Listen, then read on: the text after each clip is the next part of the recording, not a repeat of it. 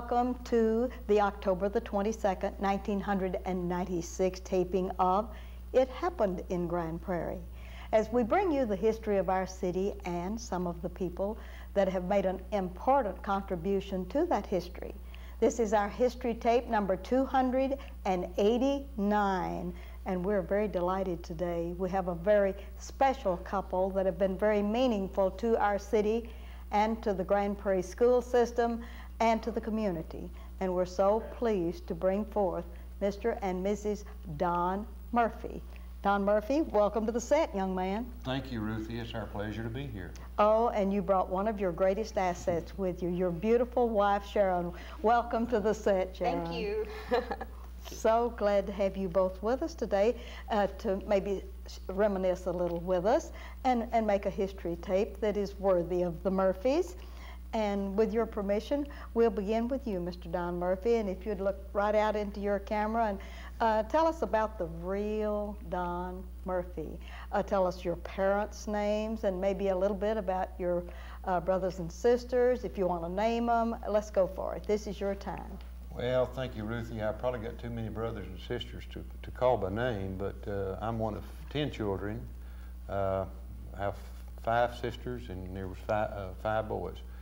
Was born in East Texas at Tyler, Chapel Hill, small community outside Tyler, and that's where we were. All of us grew up there in Chapel Hill. All right, what'd your dad do for a living? Well, my dad worked for the Cotton Belt Railroad. Oh, great. He worked for the railroad for 40 years, and of course my mother, she was nothing more than a housewife and was full time, you know, taking care of the children. Yes. Where did Don Murphy go to school? Well, went through Chapel Hill. Started at one door and went out the other door. It was a 12th grade school, and Chapel Hill when I graduated, it was a Class A school, and I think there was 31 in my graduating class. From Chapel Hill, I graduated in 1958 and had a football scholarship to Tyler Junior College. Went to Tyler Junior College 2 years, and then from Tyler, I went on to Tulsa University on a football scholarship and played there and graduated in January 1964. From Tulsa.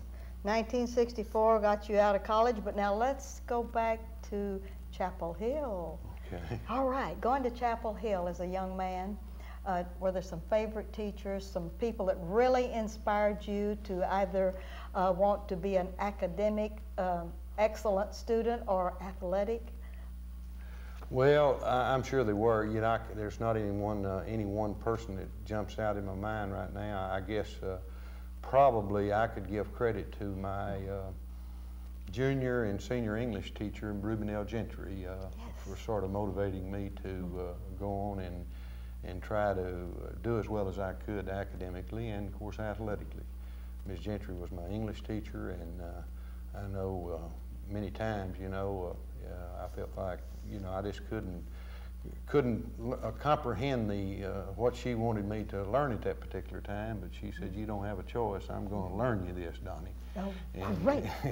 And anyway, she persevered, and I think probably brought the best out in me. My junior and senior English teacher, Ms. Reuben L. Gentry. Were there any special friends in your Chapel Hill memoirs that you want to leave on this tape? Well, you know, of course, being from a small school, I knew everybody, and I considered everybody there, you know, my friends. Probably a guy that helped me a great deal, immensely, I would say, would be Burl Whitaker. And Mr. Whitaker was, I worked for him as a small kid. Started there in the 7th, 8th grade, and worked for him. He had a little grocery store, general store there in Chapel Hill, and in fact worked for him all the way through junior high and high school, and he was like a second daddy to me, and I guess I would consider him a very close friend, and certainly being one of 10 kids, you know, didn't have a great deal, and Mr. Whitaker was, you know, he helped me out a great deal. did you name your mother and father? My dad, John Elgin Murphy, Senior, and my dad passed away in 1978. I lost my dad in 1978. My mother, Gertrude, was named Gertrude, and I lost her in 1968, I believe. She died of the Lou Gehrig disease, which was is not very common. Not very common. Yes. All right. Moving to the big city of Tyler. Tyler. Where you went to Tyler Junior College. Was that exciting? Oh, it was exciting. You know, I couldn't believe that, you know, that I was going to move into such a big school. I think the enrollment at Tyler Junior College at the time I went there was about 4,000, about 4,000 students. It coming out of a school of 125, 130 students, you know, that was something to me. But it was quite an experience, and you know, going to Tyler there, and I was a member of the football team, and we had a pretty good football team when I went through school there. But anyway, they bought her shoes, her football shoes, and you know, I thought that was sort of unique because you know, at Chapel Hill, if we wore football shoes, certainly we had to buy them. So I thought I was pretty flush and doing quite well, and I went into Tyler Junior College. And on to Oklahoma? On to Oklahoma. That was, you know, went to Tyler. I was kind of a mama's baby, I suppose. You know, my mother was sort of unique. You know, I mentioned she had 10 kids, and I think if you ask any of my brothers and sisters, I think they would tell you that they were sort of the chosen one of my mother. But you know, she had the ability to share all of her love, you know, with all of her kids. But anyway, on to Tulsa. As I mentioned, I had an opportunity to go there on a football scholarship, and I went on to Tulsa. And at that particular time, you know, before I went to Tulsa, while in Tyler Junior College, I was kind of hoping they would make that a senior college because I was not too anxious to leave Tyler. As again, I mentioned I was a mama's boy, but I was forced to go on to Tulsa, and went up there and certainly had a good experience, and that's where I met my wife there while I was in school. Weren't you lucky to go to Oklahoma? I thought I was. I sure did. I sure was. But anyway, I got serious about trying to get an education. You know, my first 2 years there in school, I wasn't too interested in trying to achieve academically. All I wanted to do was try to take enough classes to stay eligible athletically, and thought I would, you know, play football all my life. But you know, after 2 years, I thought, you know, there's something besides football and athletics, and I got serious about going to school. And of course, Tulsa was a very difficult school, and had I not gotten serious, I don't think I would have stayed in there too long. I probably wouldn't have been able to pass. But anyway, had a good experience there at Tulsa, and played 2 years and got my degree, and then stayed on 1 year after I had finished as a graduate assistant, coached there at the University of Tulsa, coached the freshman there. And then, as I mentioned, that's where I met Sharon there, and was taking a dance class, a PE class together, and we met, and but at the time, we're not going to let you tell that. Okay. We're not going to let you tell it. We got to let Sharon talk just a little bit. All right. We have loved you bringing us up to this time when you graduated from the University of Tulsa, but now let's go all the way back to Sharon. And Sharon, would you look out into your camera and let's tell us about the real Sharon Murphy and your parents, and flip pictures for us while you're talking, if you'd like to do that, because it's very important to our record today. Don and I are a high contrast couple. He was raised on the farm, I was raised in the city. He had a multitude of brothers and sisters, and I had one sister. My father was an attorney in Tulsa, Oklahoma, where I was born and went to school. My parents gave a very quality home life. I had a great home life. I was not like Don. He was the one in the school that always won the spelling bee, and I had difficulty learning. So we really are contrast. School was always easy for Don and very difficult for me, and I think that's why I turned out to be a teacher. Would you name your parents? My parents are Norma and Wayne Evans. All My father passed away 20-odd years ago. My mother moved to Arlington and met the most wonderful man in the whole world, my stepfather, Marshall Gammon. Do you have a picture of them by any chance? Yes, I do. Yes, why don't we show and tell that? Okay, this is my sister's grandbaby, not mine. I am grandbabyless at the point. Yes. And this is Norma. And that's your mother and your stepfather. Marshall Gammon, the greatest people in the whole world. So fun. And so still live in Arlington nearby. Yes, and we do a lot of things. That's a great part of retirement, is being able to spend time with them. All right, and now, growing up in Tulsa, were there favorite teachers that inspired Sharon? School was a nightmare. I had difficulty reading. I was very athletic prone. I was on the swim team and excelled. My greatest asset was my mother, who never gave up on me. She always knew that I would survive or graduate, and always encouraged me to go to college. She put me in probably one of the first reading programs, I guess in the early 50s. And I finally, as a sophomore in high school, learned to read. And from that, then I was able to go to college, get a master's degree, and teach school 30 years. So I always remember that, to not give up on a kid, because they don't always blossom at the same time. Yes. Each kid doesn't have a special schedule, but And your career selection was? teaching. Teaching, and what did you decide that you just had to impart to boys and girls? Well, as a teacher, I have to understand that they all are different and they're all unique. And being an art teacher the last 10 years at South Prairie High School, planting the seeds of creativity and confidence in them, that they are people of worth, was probably the most important thing that I did. What brought you to art from your other teaching experiences? I married a coach. When I got my master's degree, I got qualified to teach anything. As a disabled learner in school, or reader, I could always make sure my grade point average was appropriate by taking art classes, because I was gifted in that area and could always get an A+ in there. That balanced it off. It balanced it up. What good, reasonable thinking. That is wonderful. And how did you meet this young man? In the dance class. In the dance class. And this was at Tulsa? Tulsa University. I met him as a student too. I had academic classes with him, and he did very well. And he was a nice person, and very popular on campus, but very goal-oriented. Even though he didn't have anything, he was always the one that was goal-oriented of all the guys that I ever dated, and turned out to be successful. All right, and when you all married, did you marry there in Tulsa? Yes. Married in Tulsa. And back to Don Murphy, what brought you toward the Grand Prairie area?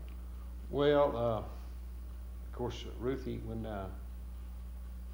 I got out of school, or when we finished in Oklahoma, and I had an opportunity to stay there at Tulsa University and coach, but we wanted to come to Texas, and because number one, we felt like that the salary here in Texas was much better than what it was in Oklahoma. But anyway, we moved to Houston, and I coached there a year, and then moved right on up into coaching, and came to Forney, Texas back in 1965, I think, as an assistant coach there. And of course, Forney had always won, and I wanted to,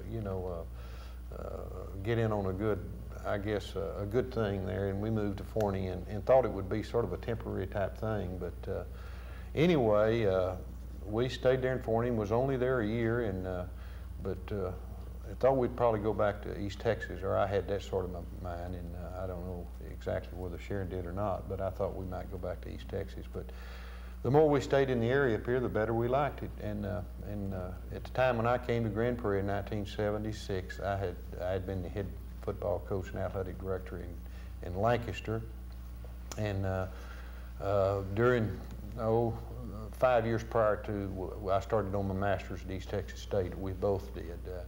And I got my master's in administration, and so I wanted to, you know, move into administration while I was young enough. And so I found out, or it was told to me, that South Grand Prairie needed an assistant principal. And I called Gene Head, who was the principal out there at the time, and I knew Eddie Patton, and of course I talked to Eddie, and in fact, when I was coaching, we used to play South. But anyway, managed to get on the South Grand Prairie assistant principal, and stayed out there 3 years, and of course Grand Prairie sort of grew on us. We liked Grand Prairie, and you know, made some good friends here in the church, and of course in the school, and people like yourself and Vernon and Dan Clemson, and on and on and on. And but anyway, we felt like it would be a good place to live and raise our kids, and of course our kids had kind of got entrenched in school, and so we never really had a desire to move. And but from South, you know, I went to Jefferson 1 year as principal, and had as one of the best years I've ever spent in the school business, I may say. Had a super teaching staff, and it was a great experience for me, and I was very happy there. And then Sam Evans was superintendent at the time, and they were going to, you know, open up or recreate, I suppose, the athletic director's job here in GPISD, and so I made application for that, and kind of had a desire to move back into the athletics, and which had been my life. And so I applied, and you know, managed to get the position, and certainly it's been very rewarding the last 16 years or so as athletic director here in this district. And you retired year before last? June of this past June, really, 1996. End of June, 1st of June, I guess. All right, we're going to leave you right there. We've got to catch up with the kids, because all the time you were going to Houston, to Forney, to Lancaster, and to South. We had Sharon busy at least a little bit, so let's talk about the family, Sharon. Before, we've already talked a little bit about your teaching, and we're going to end the show with some of your highlights in teaching after your retirement. Tell us about the kids. Well, this is what they looked like when we came to Grand Prairie. Can you get that? Yeah. And this is what they looked like when they went to South. Can you get these? This is Kristen, and this is our son Keith at South Grand Prairie High School.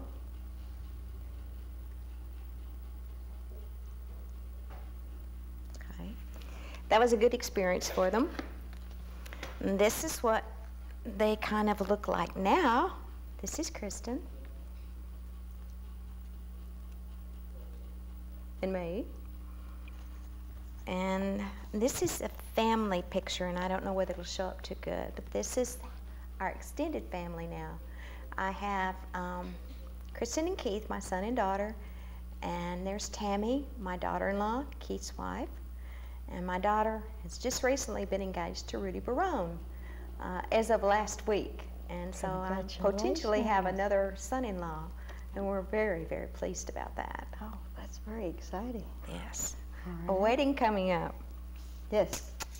And with our children in school, and you in school teaching at South Grand Prairie High, what's been the most exciting thing that's happened to you as an art teacher?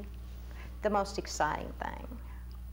Well, I know of 2 or 3 people. We have we have a whole tape. We have a whole tape. We have 4 minutes left on our tape. Oh. Yes. Okay. Isn't that rude?